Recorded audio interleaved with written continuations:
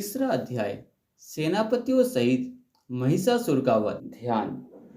जगदम्बा के श्री अंकों की क्रांति उदय काल के सहस्त्रों सूर्य के समान है। वे लाल रंग की रेशमी साड़ी पहने हुए हैं। उनके गले में मुंडमाला शोभा पा रही है। दोनों स्तनों पर रक्त चंदन का लेप लगा है। वे अपने कर कमलों में जप, मालिका, विद्या और अभय तथा वर नामक मुद्राएं धारण किए हुए हैं। तीन नेत्रों से सुशोभित मुखारविंद की बड़ी शोभा हो रही है।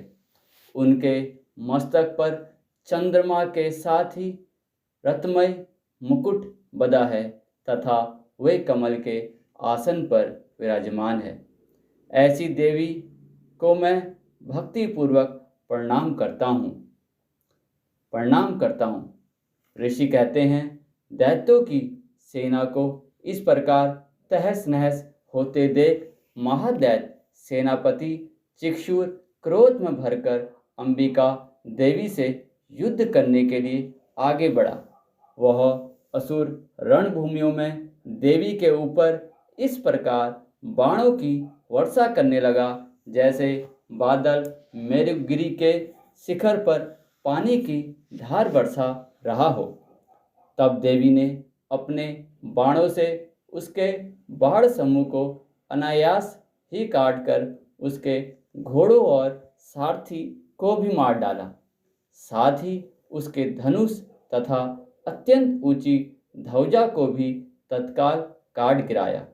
धनुष कट जाने पर उसके अंगों को अपने बाणों से बीथ डाला। धनुष, रथ, घोड़े और सारथी के नष्ट हो जाने पर वह असुर ढाल और तलवार लेकर देवी की ओर दौड़ा।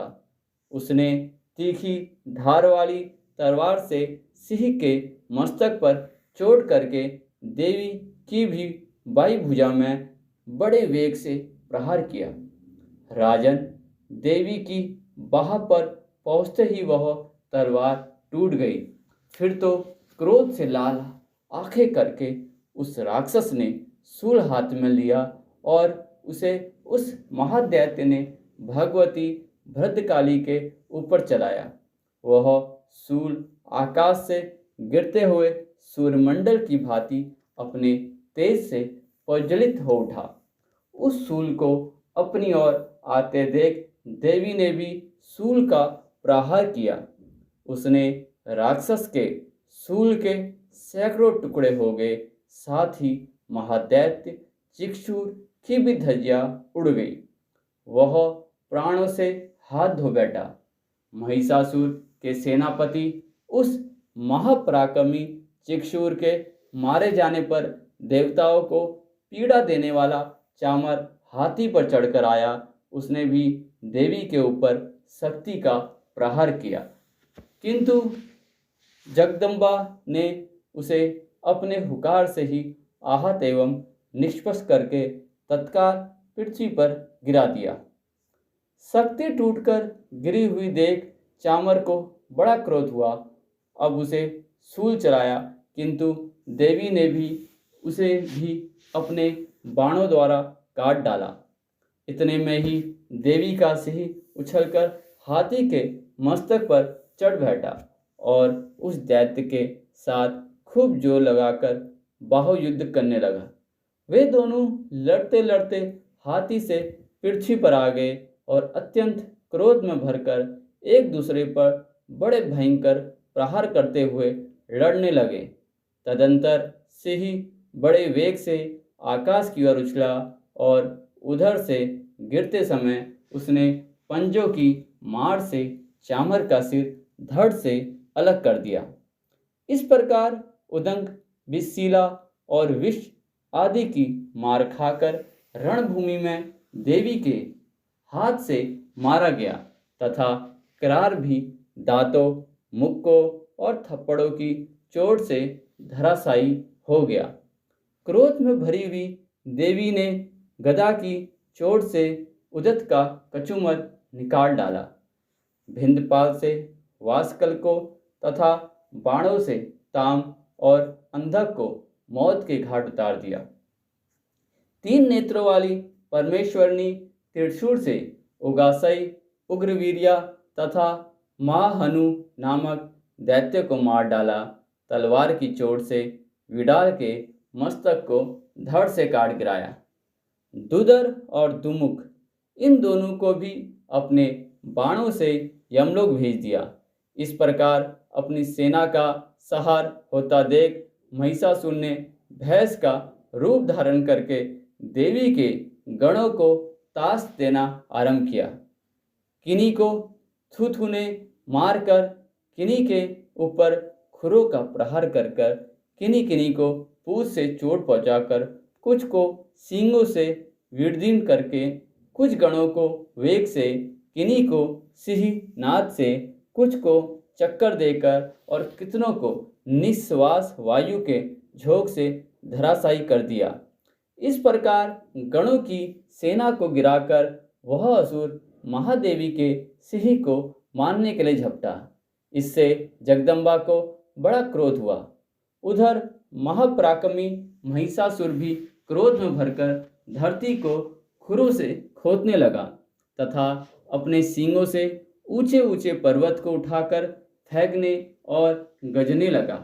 उसके वेग से चक्कर देने के कारण पृथ्वी सुबोध होकर फटने लगी।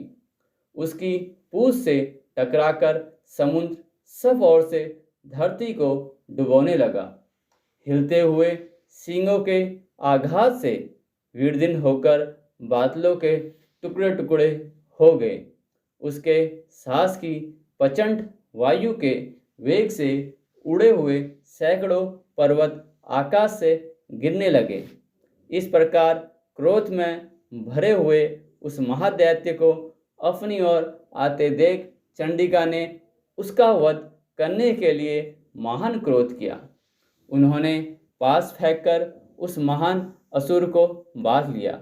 उस महासंग्राम में बच जाने पर उसने भैंस का रूप त्याग दिया और तत्काल सिंह के रूप में वह प्रकट हो गया।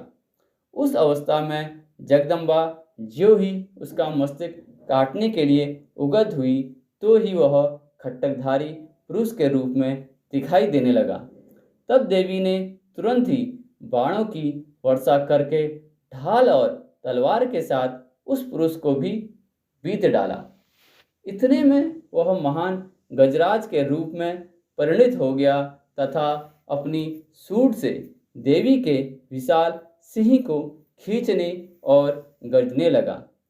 खींचते समय देवी ने तलवार से उसकी सूंड काट डाली। तब उस महादैत्य ने पुनः भैंस का शरीर धारण कर लिया और पहले की भांति चराचर प्राणियों सहित तीनों लोगों को व्याकुल करने लगा। तब क्रोध में भरी हुई जगदम्बा चंडिका बारंबार उत्तम मधु का पान करने और लाल आंखें कर कर हंसने लगी। उधर वह बल और पराक्रम के मद से उन्मत्त हुआ।